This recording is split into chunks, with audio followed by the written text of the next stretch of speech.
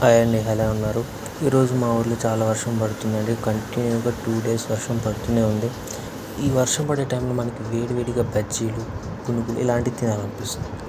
Recipe మీకు ఒకటి చెప్పబోతున్నాను. అదేంటంటే సొరకాయ అప్పలండి. అంటే సొరకాయతో చేసిన అప్పలు అనమాట. అది ఎలా చేయాలో ఇప్పుడు మా అమ్మ చెప్తుంది, వినండి. సొరకాయ అప్పలండి. సొరకాయ ముందుగా తురుముకోవాలి. తురుముకొని పెట్టుకోవాలి.